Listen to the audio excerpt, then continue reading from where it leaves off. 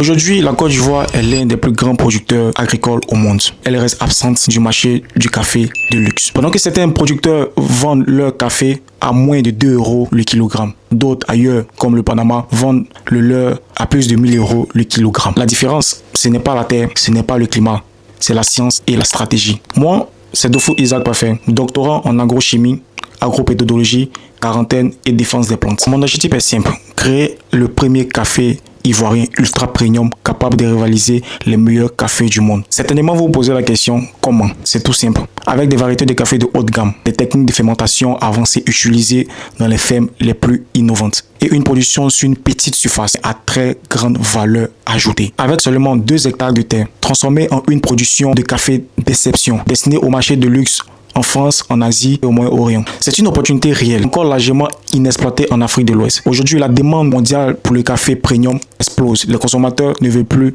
du café ordinaire. Ils veulent une histoire, une origine, une qualité exceptionnelle. La Côte d'Ivoire a tout le potentiel pour devenir une référence mondiale. Ce projet n'est pas seulement une affaire de café simple. C'est de créer de la valeur où il n'y en a pas. Transformer l'agriculture africaine et construire une nouvelle industrie de café de luxe agricole. Aujourd'hui, je cherche des partenaires et des investisseurs prêts à construire avec moi une industrie. Dans cet objectif, j'ai conçu 2 business plans, un simplifié et un détaillé. Vous vous demandez sûrement c'est quoi un café de luxe, pourquoi il est luxe, pourquoi il est vendu si cher. Je vous explique dans un français familier rapidement de quoi il s'agit. Alors au Brésil, ils ont un café qu'on appelle Black Ivory Coffee, produit par un éléphant. Comment c'est produit par un éléphant?